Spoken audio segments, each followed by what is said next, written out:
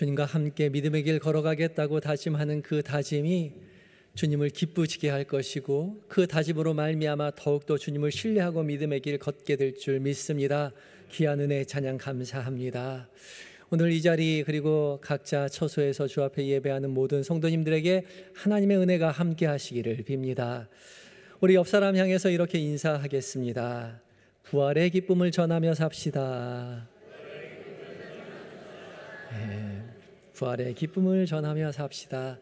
이번 주는 벌써 부활절 둘째 주일입니다. 기독교 전통 안에서 교회는 부활절부터 성령 강림 주일까지 약 50일간의 기간을 기쁨의 50일로 정하고서 예수님의 부활의 기쁨을 자기뿐만 아니라 이웃에게, 세상에 널리 전하는 시간을 가졌습니다. 기쁨의 50일은 예수님의 부활로 말미암아 다시 태어나게 된 그 기쁨, 영생의 기쁨, 은혜를 우리만 가지고 있어서는 안 된다는 것이죠. 당연히 이웃에게, 가족에게 전하는 시기인 것이죠. 우리 모두에게 전해진 예수 그리스도의 부활의 이 기쁜 소식을 이웃에게, 가족에게, 세상에 전하며 사시는 모든 한영의 성도님들이 되시기를 예수 그리스도 이름으로 축복합니다. 그러려면요, 우리에게 부활의 기쁨이 우리에게 있어야 하겠죠. 여러분, 부활의 기쁨이 여러분 가슴 가운데, 마음 가운데 있습니까? 간직하고 계세요? 예. 이 기쁘다는 것은요, 지식이 아니라 감정입니다. 그래서 진짜 부활의 기쁨이 마음속에 있다면 감출 수가 없는 거죠. 얼굴에 다 드러나게 되어 있습니다. 그 사람이 기쁜지 안 기쁜지 얼굴만 봐도 알 수 있다는 거죠. 그러니까 우리가 지금 부활의 기쁨을 가지고 있는지 거울을 들고 확인해 보면 좋겠는데 거울이 없으니까 옆 사람을 향해 한번 봐보세요. 부활의 기쁨이 있는지 없는지. 있는 것 같습니까? 다들 부활의 기쁨 누리고 있는 것 같은가요? 우리 곰곰이 생각해 보았으면 좋겠습니다. 우리가 말로는 부활의 기쁨을 누리고 전하며 살겠다고 그렇게 고백하고 예배하고 앉아 있는데 정말 내 안에 부활의 기쁨이 있나? 한번 생각해 보셨으면 좋겠습니다. 남들은 다 기쁘다는데 왜 나는 그렇게 기쁘지가 않지? 이 목사님 분명히 기쁘다고 얘기했는데 내 기쁨 다 어디 갔지? 지난주엔 좀 기쁜 것 같았는데 그 기쁨 어디 간지 온데간데 없다는 거죠. 왜 기쁘지 않을까요? 왜 그 기쁨이 금방 사라져 버리는 걸까요? 왜냐하면 그 기쁨 내 기쁨이 아니라서 그래요. 남의 기쁨은 들으면 금방 사라져 버립니다. 들을 때는 금방 함께 기뻐할 수 있지만 그 기쁨 곧 사라지고 만다는 거죠. 예수님 부활하셨대, 좋겠네. 같이 웃어줄 수 있어요. 같이 기뻐해 줄 수 있어요. 교회에서 달걀도 주잖아요. 얼마나 좋아요. 예수님께서 우리의 모든 죄의 문제를 해결해 주셨대, 좋겠네. 남 얘기는요, 잠깐은 기뻐할 수 있는데 정말로 내 가슴 안에서 그 기쁨이 샘솟지 않는다는 거죠. 금방 사라지고 말아요. 그런데 그 말이 내 얘기라면 달라지죠. 그 소식이 나에 관한 소식이라면 전혀 다릅니다. 예수님의 부활이 나에 관한 이야기라면 그 기쁨이 쉽게 사라지지 않아요. 자다가도 벌떡 일어나서 예수님께서 날 위해서 구원하셨던, 십자가에 못 박혀 돌아가시고 부활하셨다는 그 기쁨의 소식이 생각이 나서 웃을 수 있다니까요. 그 기쁨 전혀 감출 수가 없습니다. 그래서 그 기쁨을 감출 수가 없어서 옆에서 만나는 사람에게마다 그 소식 전하고 싶죠. 굳이 말하지 않아도 옆 사람이 물어봅니다. 뭐 좋은 일 있어? 우리 예수님이 부활하셨어. 우리 예수님께서 나의 모든 문제를 해결해 주셨어. 그렇게 고백하게 된다는 거죠. 그래서 오늘 봉독한 성경 말씀에서도 이렇게 말하죠. 요한 1서 1장 4절 말씀을 함께 읽어볼까요? 시작. 우리가 이것을 쓰면 우리의 기쁨이 충만하게 하려 함이라. 사도 요한은 자신이 속한 공동체와 함께 더불어 사람들에게 이야기합니다. 우리의 기쁨이 충만하게 하려 하기 위해서 이것을 쓴다고요. 부활의 기쁜 소식을 세상 가운데 전할 때에 그 전하는 우리 자신이 더 기뻐진다는 거죠. 여기서 충만하다는 것은 그저 기쁘다, 많이 기쁘다가 아니라 가득 넘쳐서 넘쳐 흐르는 것이 이 충만하다는 것입니다. 차고 넘치는 것을 말하는 겁니다. 내 마음속에 기쁨이 가득 차고 흘러 넘쳐서 사람들에게 전할 수밖에 없는데 전하면 전할수록 그 기쁨이 더욱더 커진다는 것이죠. 무엇이요? 부활의 기쁨이요. 예수 그리스도의 부활의 기쁨이 나의 기쁨이 될 때 얘기하면 얘기할수록 그 부활의 기쁨이 더욱더 커져간다는 거예요. 이 충만한 부활의 기쁨을 만끽하시고 전하며 살아가시는 한영의 모든 성도님들 되시기를 예수 그리스도의 이름으로 축복합니다.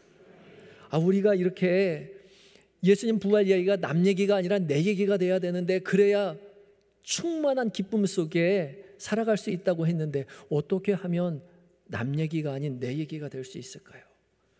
어떻게 하면 그 기쁨 계속 누리고 전하며 충만하게 살아갈 수 있을까요? 오늘 함께 말씀을 나누면서 묵상해 보려고 합니다. 첫 번째요, 우리가 기쁨 속에 있기 위해서는 영원한 생명이신 예수님을 반드시 만나야 합니다. 함께 읽어볼까요? 시작. 영원한 생명이신 예수님을 반드시 만나야 합니다. 오늘 본문 1장 1절을 함께 읽어보겠습니다. 1장 1절과 2절입니다. 시작. 태초부터 있는 생명의 말씀에 관하여는 우리가 들은 바요 눈으로 본 바요 자세히 보고 우리의 손으로 만진 바라. 이 생명이 나타나신 바 된지라. 이 영원한 생명은 우리가 보았고 증언하여 너희에게 전하노니 이는 아버지와 함께 계시다가 우리에게 나타내신 바 된 이시니라. 아멘. 사도 요한은 예수님을 설명함에 있어서 태초부터 있는 생명의 말씀이다, 영원한 생명이다, 그렇게 표현하고 있죠. 이 영원한 생명이라는 것은 하나님의 속성입니다. 이 영원하다는 것은요, 시간의 개념을 훨씬 뛰어넘는 겁니다. 우리는 영원하다는 말을 항상 생각할 때는 시간 개념 안에서 생각할 수밖에 없죠. 어제도 있고 오늘도 있고 내일도 있는, 과거와 현재와 미래가 계속 지속되는 것이 영원한 것이라고 생각합니다. 근데요, 아니요, 영원이라는 것은 시간에 지속되는 개념이 아닌 겁니다. 시간의 개념을 초월한 거예요. 태초부터 있는 영원한 생명이잖아요. 태초, 이 세상이 생겨나기 전에 하나님은 이미 영원하신 하나님으로 존재하고 계셨다는 거죠. 생명은 시간 개념이 아닙니다. 생명은 하나님의 속성이에요. 그래서 영원하신 하나님이라는 말은 영원히 죽지 않는 하나님이 아니라 시간 밖에 계신 하나님이시죠. 시간 밖에 계신 하나님께서 이 땅의 모든 피조물을 시간마저도 창조하셨죠. 그리고 그 시간 역사 안에 모든 피조물을 만들어 놓으셨습니다. 그래서 우리는 피조물이기에 이 시간 역사 안에 살아가기에 이 시간 역사의 제한 속에서 모든 걸 이해하고 살아가죠. 모든 생명은 시간 안에 있기에 태어나고 자라나고 늙어가고 죽게 됩니다. 우리는 육체가 죽으면 모든 우리의 삶이 끝난다라고 얘기하면서 죽지 않는 영원한 삶을 생각하지만 아니요, 계속해서 살아가는 것이 죽지 않는 것이 아닌 겁니다.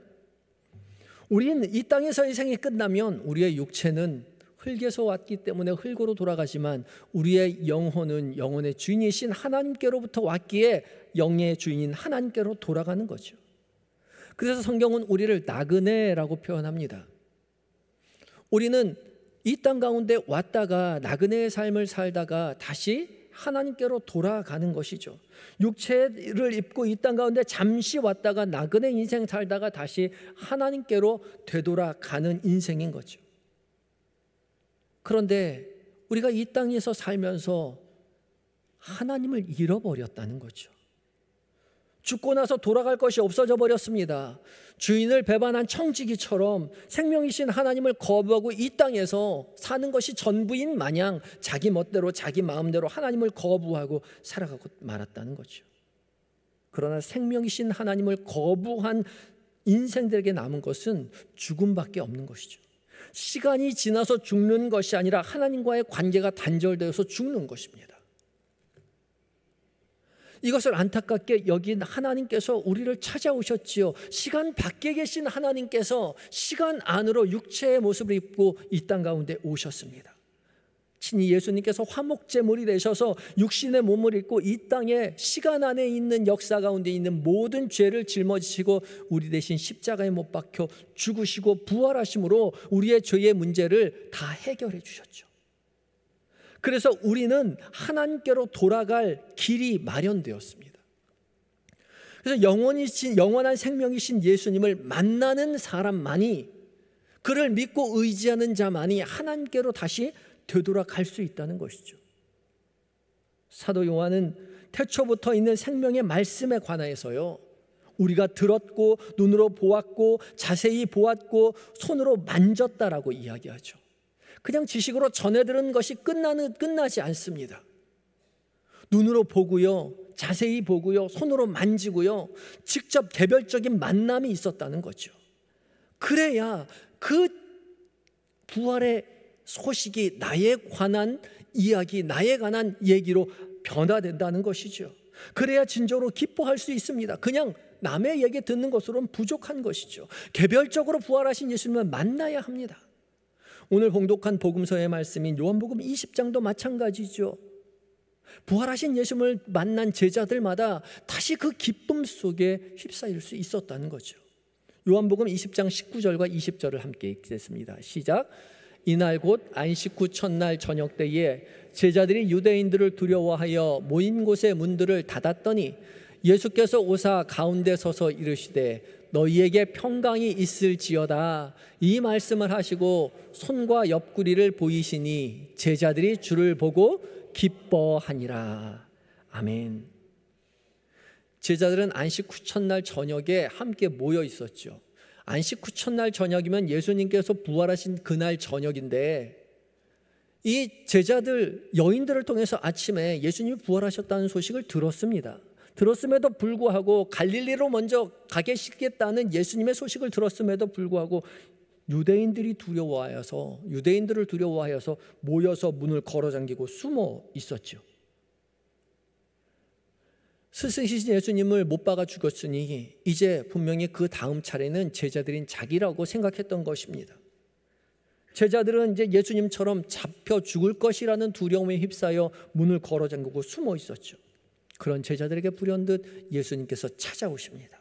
그리고 제자들에게 평강이 있을지어다 말씀하시면서 손과 옆구리를 보여주시죠. 그것을 보고 제자들은 기뻐했습니다. 제자들이 무엇을 보고 기뻐했다고요? 손과 옆구리를 보고 기뻐했다고요. 손에는 못자국이 있었을 테고 허리에는 창자국이 있었겠죠. 그 자신 앞에 있는 예수님이, 자신을 가르치던 그 예수님이 십자가에 못 박혀 달리셨던 그 예수님, 부활하신 예수님이라는 사실을 확인했던 것입니다. 그리고 기뻐했죠. 부활하신 예수님을 직접 만났습니다. 그래서 기뻤어요. 그런데 그 자리에 없었던 사람이 있죠. 바로 도마요. 도마 역시 제자들이 예수님을 만났다는 소식을 제자들을 통해서 들었지만 전혀 믿을 수가 없었습니다. 의심했어요. 도마는 25절에서 이렇게 말합니다. 25절도 읽어볼까요? 시작. 다른 제자들이 그에게 이르되 우리가 주를 보았노라 하니 도마가 이르되 내가 그의 손에 못자국을 보며 내 손가락에 그의 못자국을 넣으며 내 손에 그 옆구리를 넣어보지 않고는 믿지 아니하겠노라. 아멘. 제자들과 똑같았죠. 손에 못자국을 보고 거기에 내 손가락 넣어보지 않고 허리에 창자국에 내 손 넣어보지 않고는 나 믿지 못하겠노라. 그렇게 이야기했습니다. 이 말을 하고 나서 8일이 지나서 제자들이 다시 함께 모여 있을 때에 한 번 더 예수님이 찾아오십니다. 그리고 도마에게 말씀하시죠. 27절 읽겠습니다. 시작. 도마에게 이르시되 내 손가락을 이미 내밀어 내 손을 보고 내 손을 내밀어 내 옆구리에 넣어 보라. 그리하여 믿음 없는 자가 되지 말고 믿는 자가 되라. 아멘.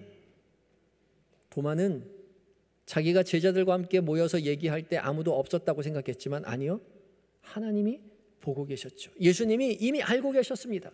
그래서 도마가 얘기한 그대로 예수님 다시 말씀하시는 거죠. 너 그랬지? 자, 내 손에 너의 손가락을 넣어봐라. 내 허리에 너의 손 넣어봐. 그리고 믿음 없는 자가 되지 말고 믿는 자가 되라고. 예수 그리스도께서 나를 위해서 십자가에 못 박혀 죽으시고 부활하셨다는 사실을 믿는 자가 되어라, 그렇게 말씀하고 계시죠. 손가락에 넣어보라는 말은 예수 그리스도의 희생과 그 사랑을 확인해 보라는 것입니다. 믿는다는 말은 지식이 아니라 직접 예수님의 희생과 사랑을 내 눈으로 확인하고 내 눈앞에 있는 주님이 나의 주님이라고 고백하는 그 일이 우리에게 있어야 한다는 거죠. 그때 비로소 우리는 기쁠 수 있어요. 2000년 전 제자들을 찾아가신 예수님이 지금 이 순간에도 우리를 찾아오십니다. 영원하신 생명이신 하나님, 바로 시간을 초월해 계신 하나님께서 다시 우리의 삶에 똑같이 동일하게, 과거나 현재나 미래나 변함없으신 그 주님께서 동일하게 우리에게 찾아오신다는 거죠.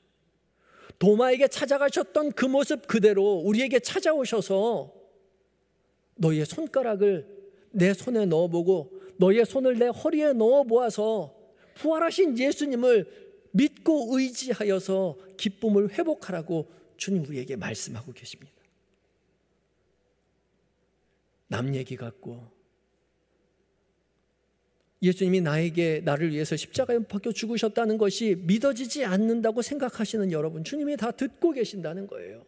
주님이 여러분을 찾아오신다는 것이죠. 그래서 그 우리를 찾아오신 이 시간, 여러분 각자를 찾아오신 주님을 만나야 한다는 것이죠. 그냥 귀로만 들을 것이 아니라 눈으로 직접 보고, 손으로 내밀어 주님 만져보고, 옆구리에 넣어보고, 우리를 찾아오신 그 주님을 우리가 만나야 합니다. 그리고 제자들처럼 부활하신 예수님이 나의 주님이라고, 도마처럼 부활하신 주님이 나의 주님이라고 믿음으로 고백하며 그 기쁨 회복하며 믿음의 길 걸어가야 하는 거죠. 그때 비로소 우리에게 기쁨이 충만할 것입니다. 넘쳐날 것입니다. 주체할 수 없는 그 기쁨을 이웃에게, 세상에게, 가족에게 전하게 될 것이라는 거죠. 이 은혜가 우리에게 있기를 축복합니다. 그저 남들에게 들은 그 부활의 소식이 아니라 나를 찾아오신 그 예수님을 직접 만나서 눈으로 보고 손으로 그 실체를 잡아봄으로 충만한 기쁨을 경험하고 세상에 알리시는 한영의 모든 성도님들이 되시기를 예수 그리스도의 이름으로 축복합니다. 우리는 직접 부활하신 그 주님을 개별적으로 만나야 합니다. 그때 기쁨이 우리에게 회복될 것이라는 거죠. 그리고 한 가지 더, 그렇고 기쁨이 회복된 자들에게 주어지는 또 하나의 특권이 있습니다. 두 번째로요, 우리가 기쁨을 회복하기 위해서는 하나님과 교제하며 살아야 합니다. 함께 읽어볼까요? 시작. 하나님과 교제하며 살아야 합니다. 아멘. 3절 말씀 함께 읽겠습니다. 시작.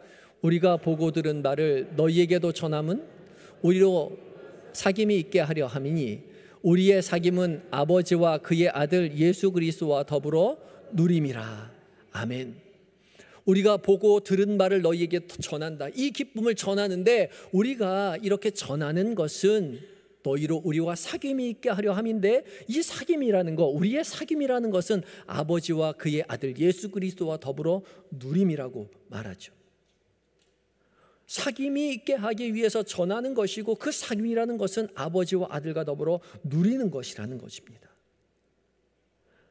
이 사귐이라는 말은 코이노니아인데요, 이 코이노니아는 공유하다, 함께하다, 나누다라는 뜻을 가지고 있는 단어입니다. 그러니까 함께 공유하고 함께 삶을 나누는 것이 코이노니와 사귐이라는 거죠. 시간을 공유하고 생각을 공유하고 삶을 공유하는 것입니다. 같이 하는 거예요. 누구와 함께요? 예수 그리스도와 하나님과 더불어 함께 우리가 삶을 공유하게 되는 것입니다. 예수 그리스도의 십자가의 은혜로 말미암아 우리는 다시 하나님과 화해하게 되었습니다. 화목제물이 되어주신 예수님의 덕분으로 말미암아 하나님과 교제할 수 있는, 삶을 공유할 수 있는, 사귈 수 있는 은혜를 우리가 받았다는 것이죠. 특권이 주어졌습니다. 그래서 이 특권을 누려야 합니다. 이 특권을 누릴 때 기쁨이 계속 지속될 수 있는 거예요. 부활하신 예수님을 만난 자마다 하나님과 사귀는 그 기쁨 속에 믿음의 길을 걸어가게 된다는 거죠. 이 사귄다는 말은요, 개인적인 것입니다. 남들이 대신해 줄 수 있는 게 아니에요. 누군가 사귀는 것을 대신해 줄 수 있는 사람은 아무도 없습니다. 여러분 각자가 하나님 앞에 서는 거예요. 예수 그리스도로 말미암아 다시 하나님과 사귈 수 있는 특권이 주어졌으니 여러분 각자가 살아계신 하나님과 더불어 삶을 공유하게 된다는 것이죠. 그게 사귀는 겁니다. 이번 사순절 기간 동안 우리가 새벽마다 한 말씀 한 기도를 했죠. 말씀을 읽고요, 그 말씀이 다른 누구도 아닌 나에게 주어지던 하나님의 음성으로 듣고 그 음성 나의 마음을 흔들 때에 진솔하게 한마디로 하나님 앞에 기도하는 그런 시간을 가졌습니다. 사순절 동안 생각보다 긴 시간 6주였는데 무려 140분의 성도들이 지난주에 한 말씀 한 기도 제출해 주셨습니다. 오늘 제출해 주시는 분들도 계실 테니까 조금 더 늘어나겠죠. 정말 감사합니다. 한 말씀 한 기도의 핵심은 지금 나에게 말씀하시는 하나님 앞에 내가 올곧게 서는 거예요. 만나는 것입니다. 개별적으로 만나는 거예요. 평소에 목사가 설교하는 것만 듣다가 개별적으로 하나님 앞에 서라고 하니까 어색하기도 하고 잘 모르겠기도 하고, 그래서 예전같이 다시 그냥 설교를 좀 길게 해달라고 말씀하시는 분들도 저에게 간혹 있었습니다. 근데요, 그것은 취지에 어긋난 거죠. 여러분 각자가 하나님 앞에 서서 하나님과 삶을 나누고 교제하고 사귀는 연습을 하는 시간으로 가신 겁니다. 어색하지만 서툴지만 우리 각자가 하나님과 교제하는 시간을, 사귀는 시간을 갖고 연습해야 합니다. 그때 비로소 우리는 하나님과의 관계가 깊어지는 거예요. 신앙의 성숙이 있는 거죠. 그러면 하나님과 사귀는 삶은 어떠한 삶일까요? 오늘 본문 6절과 7절 말씀을 함께 봉독하겠습니다. 시작. 만일 우리가 하나님과 사귐이 있다 하고 어둠에 행하면 거짓말을 하고 진리를 행하지 아니하거니와 그가 빛 가운데 계신 것 같이 우리도 빛 가운데 행하면 우리가 서로 사귐이 있고 그 아들 예수의 피가 우리를 모든 죄에서 깨끗하게 하실 것이요. 아멘. 하나님과 사귄다는 것은 빛 가운데 행하는 것이다, 그렇게 말을 하죠. 빛이신 하나님과 함께 삶을 공유할 때에 우리는 빛 가운데 행하게 되는 것이죠. 빛 가운데 행할 때에 우리는 끊임없이 죄가 보여서 죄를 고백할 수밖에 없습니다. 죄가 없다라고 말할 수 없지요. 왜요? 빛이신 주님이 우리와 함께 하시는데 우리의 죄가 너무나 낱낱이 잘 보입니다. 그러나 그 죄로 인해서 우리가 좌절하게 되는 것이 아니라 그 죄를 깨닫고 오히려 기뻐한다는 거죠. 그 죄마저도 모두 십자가에 못 박혀 돌아가신 예수 그리스도로 말미암아 다 해결되었음을 감사하며 기쁨으로 주님 앞에 나아갈 수 있게 되는 것입니다. 그래서 우리의 목표는 더 이상 죄를 짓지 않는 사람이 아니라 하나님 앞에 끊임없이 자신의 죄를 고백하는 사람입니다. 우리의 일상의 삶에서요. 나 혼자 죄를 짓고 주님 앞에 가서 회개하는 것이 아니라 내가 죄를 짓는 그 자리, 나의 삶의 일상의 모든 자리에 주님과 함께 걸어가서 그 자리에 곧 서서 하나님 앞에 죄를 고백하는 것이죠. 저 역시 마찬가지입니다. 일상을 하나님과 공유하면 공유할수록 하나님과 깊은 사귐을 갖게 될수록 우리는 연약한 죄인임을 깨달을 수밖에 없죠. 제가 이번 주에 기도원을 다녀왔는데 사순절 기간 동안 계속된 사역 속에서 몸과 마음이 지치는 것 같아서 다 내려놓고 주님만 바라보고 싶어서 시간을 내어 기도원에 다녀왔습니다. 사람이 기도원에 가면 굉장히 단순해집니다. 할 게 별로 없거든요. 주님만 바라보는 거예요. 매점도 없고요. 거기 놀이기구가 있는 것도 아니고요. 생활 자체가 단순해지기 때문에 저라는 사람이 하나님 앞에서 더욱더 선명하게 보이는 거죠. 하나님과 일상을 지내는 것을 제가 주시하고 볼 수가 있는 은혜를 누립니다. 저녁 시간에 5시 반부터 저녁 6시 반이 저녁 시간이었는데 식당 앞에서 줄을 서 있었어요. 들어가기 전에 차림표를 보니까 그날 닭강정이 나온다는 거예요. 매점도 제대로 없는데 세 끼 맛있게 먹는 게 얼마나 행복하겠어요. 멀리서 이렇게 보니까 배식해 주시는 분이 없어요. 메인 요리가 이렇게 고기가 나오면 꼭 반드시 조리하시는 선생님이 앞에서 더 가져가지 못하도록 이렇게 따로 배식을 해주셨거든요. 근데 그날은 배식해 주신 분이 없었어요. 그래서 뒤에서 혼자 생각하면서 이야, 오늘 닭강정 많이 먹겠구나, 그렇게 생각을 했습니다.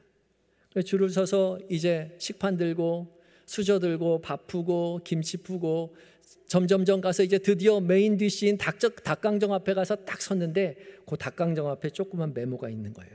한 사람 앞에 5개씩만 가져가세요. 하나에 요 2마디 정도 되는 그 작은 닭강정 5개만 가져가라고 딱 써놨더라고요. 근데 제가 그것을 읽는 순간 너무 창피했어요. 아니 이게 뭐라고, 이거 많이 먹겠다고 저기 뒤에서부터 설레어가지고 기대하면서 제가 너무 부끄러웠던 거죠. 웃음이 나고요, 창피하기도 하고 밥 먹으면서 회개 많이 했습니다. 하나님 바라보겠다고 기도원에 갔는데 고작 그 닭강정 하나 때문에 관심이 거기에 온통 가 있었던 거죠. 그게 저의 모습입니다. 더 많이 기도해야지라는 생각은 온데간데 없고 그 닭강정에 그냥 눈이 다 쏠려가지고 기를 쓰고 있는 제 모습을 주님과 함께 보고 있는 거예요.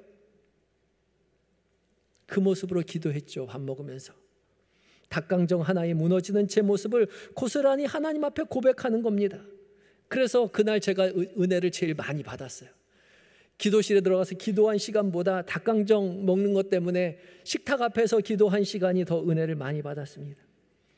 하나님과 사귀며 살 때요, 우리의 일상을 공유하게 될 때 우리는 하나님 앞에 끊임없이 죄를 고백하게 될 거예요. 그러나 그 죄 때문에 좌절하지 아니하고 그 죄로 말미암아 더욱더 주님을 의지하고 주님을 붙들고 주와 동행하는 것을 깨닫게 되는 것이죠. 거기서 오는 기쁨을 우리가 누려야 한다는 것입니다. 그것이 진정한 믿음의 사귐인 거예요. 이 사귐, 이 은혜, 이 기쁨이 여러분들에게 있어야 합니다. 예수 그리스도로 말미암아, 부활의 기쁨으로 말미암아 그 기쁨을 지속하는 그 방법, 예수 그리스도가 나를 위해 십자가에 못 박혀 돌아가셨다는 그 사실을 머리로만 아는 것이 아니라 그 부활하신 주님을 개별적으로 만나야만 합니다. 그 만남을 위해서 기대하시고 간절히 기도하시고 기다리시기 바랍니다. 주님 꼭 만나 주실 거예요. 그때 비로소 기쁨으로 충만할 것입니다. 그리고 그 기쁨을 회복한 사람이라면 이제 우리의 일상을 함께 하시는 주님과 함께 공유하시기 바랍니다. 빛 되신 주님과 함께 믿음의 길 걸어갈 때에 우리의 삶은 죄로 가득 차 있다는 것을 깨닫게 되겠지만 그 죄를 주님 앞에 고백함으로 말미암아 용서하시는 주님, 우리의 모든 죄의 문제를 해결하신 그 주님을 바라보며 함께 믿음으로 교제하며 그 은혜를, 그 기쁨을 지속해서 간직하며 세상에 전하며 믿음의 길 걸어가는 성숙한 신앙인이 될 것입니다. 이 일을 위하여 기도하며 기대하며 나아가시는 한영의 모든 성도님들이 되시기를 예수 그리스도의 이름으로 축복합니다. 다 같이 기도하시겠습니다. 우리의 영원한 생명이 되신 주님, 하나님 잃고 방황하는 우리를 찾아오셔서 우리를 위하여 십자가에 달려 죽으신 나의 주님을 만나게 하신 그 은혜를 감사와 찬양과 경배로 올려드립니다. 그저 귀로만 듣기로 하는 것이 아니라 영원한 생명이신 주님을 만나는 은혜를 회복시켜 주시옵소서. 남들이 아니라 날 위해서 십자가 못 박혀 돌아가신 주님을 눈으로 보고 손으로 보고 만지고 하나님 몰자국을 만져보고 그 희생을, 그 사랑을, 그 은혜를 깨닫는 우리는 은혜를 누리게 하여 주시옵시고, 그 은혜를 누린 모든 성도들마다 빛이신 주님과 함께 교제하며 삶을 나누며 성숙한 신앙으로 발돋움하는 그 기쁨을 늘 유지하며 믿음의 길 걸어가는 한영의 모든 성도들이 되게 하여 주시옵소서. 우리의 모든 생명의 근원 되신 예수님의 거룩하신 이름으로 기도드리옵나이다. 아멘.